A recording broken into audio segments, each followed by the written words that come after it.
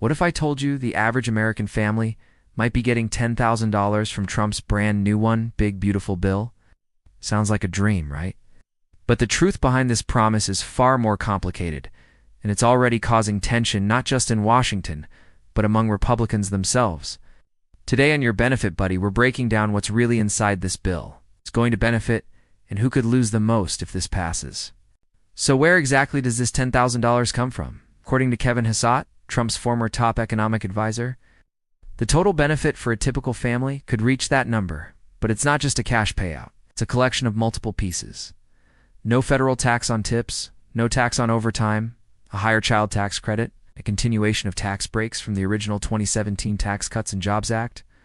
For some families, that number could stack up over time, but it won't be the same for everyone. If you're a tipped worker, an hourly employee working overtime, or someone with 2 or more children, you could see a chunk of that benefit.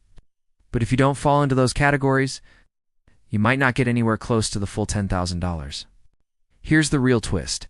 This bill isn't just about helping the average family.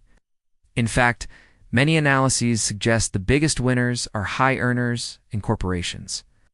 Bloomberg reported that the richest 20% of Americans would get an average income boost of $6,055 from this bill. Meanwhile, the bottom 20% and supported this bill, which adds over $3 trillion to the national debt in the next decade. Musk even threatened to back challengers to any of those lawmakers in upcoming elections.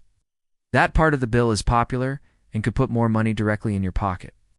But if you rely on Medicaid or food assistance, this bill could mean fewer services, tighter eligibility, or even full program removal in your state. That $10,000 is not a check, it's a mix of tax breaks and policy shifts, and not everyone will see it. More news is coming as soon as this bill clears Congress, and when it does, I'll be back with a full breakdown. Some will gain, many will get less than expected. And some, especially the poor and vulnerable, could actually lose more than they gain. That's why it's more important than ever to stay informed.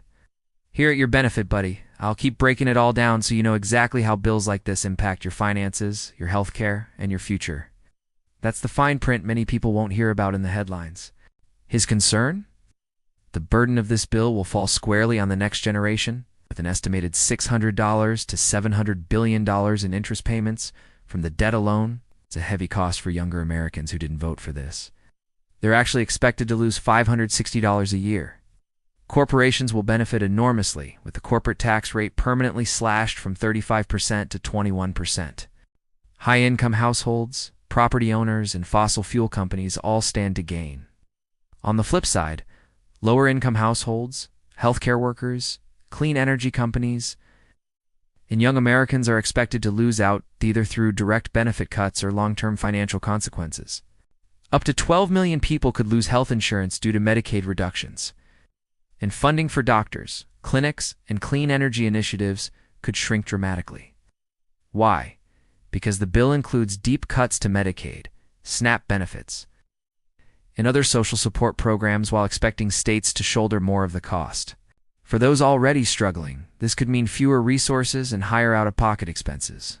If that happens, it will move to the House where it's expected to pass easily. And if the House approves the Senate's version without changes, it will land on Trump's desk just in time for a July 4th signature. Middle-income households would see an estimated $760 annual increase, while upper-middle earners might gain around $1,665. So the more you earn, the more you stand to gain. That's by design. Trump and Republican lawmakers are leaning into trickle-down economics, hoping that tax breaks to the wealthy and to corporations will eventually create more jobs and boost wages across the board. But history shows that trickle-down rarely works the way it's promised. Elon Musk isn't staying quiet about it either. He slammed lawmakers who campaigned on cutting government spendings, then turned around. Now, let's talk about winners and losers as outlined in multiple reports. But if you're someone who earns tips or works a job with lots of overtime, you may benefit from the no-tax policy on those earnings.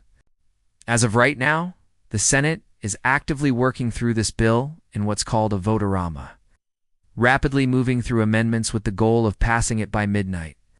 So, what should you take away from all of this? Don't just look at the headline number.